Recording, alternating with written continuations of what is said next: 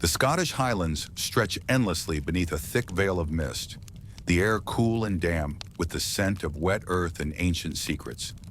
Amidst these old, towering hills lies Loch Ness, a long stretch of black, murky water winding through rugged land like a giant serpent in slumber.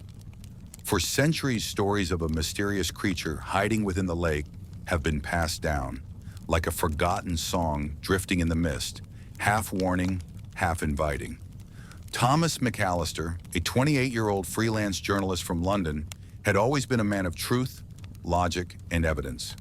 But despite his calm demeanor, he was drawn to the mystery of Loch Ness. Perhaps it was the allure of the Nessie stories, the blurry photographs, the eyewitness accounts, the shaky footage that lingered in his mind. Whatever the reason, that morning, he woke up and drove north to Scotland, crossing narrow, fog-covered roads to reach the legendary lake.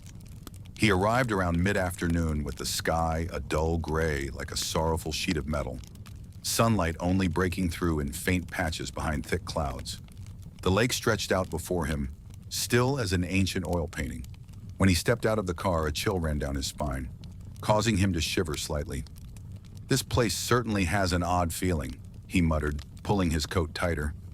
The nearby town of Drumnadrochit was quiet, the kind of peacefulness found at the end of autumn. Thomas rented a small room at a modest inn run by Agnes, an elderly, friendly woman whose eyes seemed to know too much. "Another one looking for Nessie?"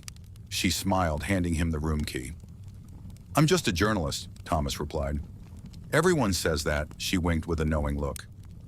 That evening, by the warm fireplace, Thomas sipped hot tea and carefully jotted down plans for the next day. He wanted to uncover the truth, or at least understand why people had clung to this legend for so long. The next morning, the mist hung thick like a silken silver veil. Thomas left the inn with his backpack full of cameras, a notebook, and a thermos of hot tea from Agnes. "Be careful," she whispered. "The mist hides things, but it can't hide what knows the scent of fear," she added. Thomas smiled, but her words lingered in his mind. He followed the stone-paved path to the northern shore of the lake. The trees on either side seemed to stretch out their arms to greet the stranger. When he reached the shore, he saw the lake, dark and fathomless, like a bottomless pit. The wind gently whispered, the waves rippling as if they were murmuring something. After some time spent filming and photographing, Thomas noticed something strange. A patch of reeds had been flattened, as if something massive had slithered through. He crouched down, touching the damp, cold stalks, then discovered large, deep impressions in the mud. Suddenly, a sound echoed. Not the wind, not the water, but a deep, rumbling growl coming from deep beneath the lake, like the sigh of something very, very large. He froze in panic, but then a hoarse voice broke the silence behind him. "You shouldn't be near the water alone." It was Alistair, a retired fisherman who lived by the lake. He looked weathered, his gaze distant. "I've seen it," he said. "Not clearly, but enough to never forget."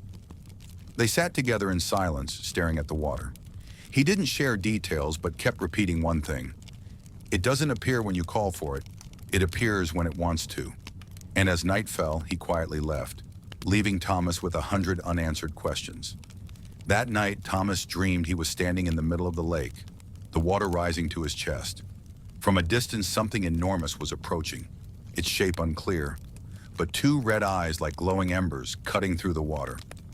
He awoke in a cold sweat. Outside the window, the mist still lingered, but there was something, a sound, as if something was splashing in the water. The next morning, Thomas decided to take the risk. He rented a small boat and paddled out into the middle of the lake. On the glassy surface, he could feel an invisible presence around him. The lake was eerily still. When he stopped the boat in the middle of the lake, he turned on his camera and read through some notes.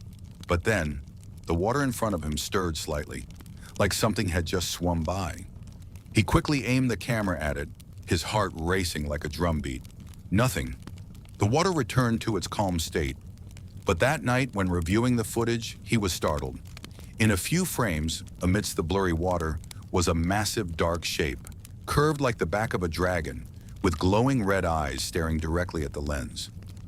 On his last day in Drumnadrochit, Thomas sat quietly in a cafe, gazing out at the lake through the fogged window.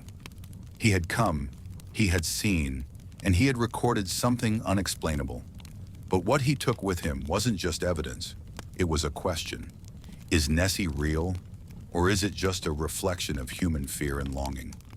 A part of him wanted to explain everything, but another part, the softer, more dreamlike part, wanted to believe that there were things beyond reason, and Loch Ness, with its still waters and the red eyes in the darkness, was one of those things.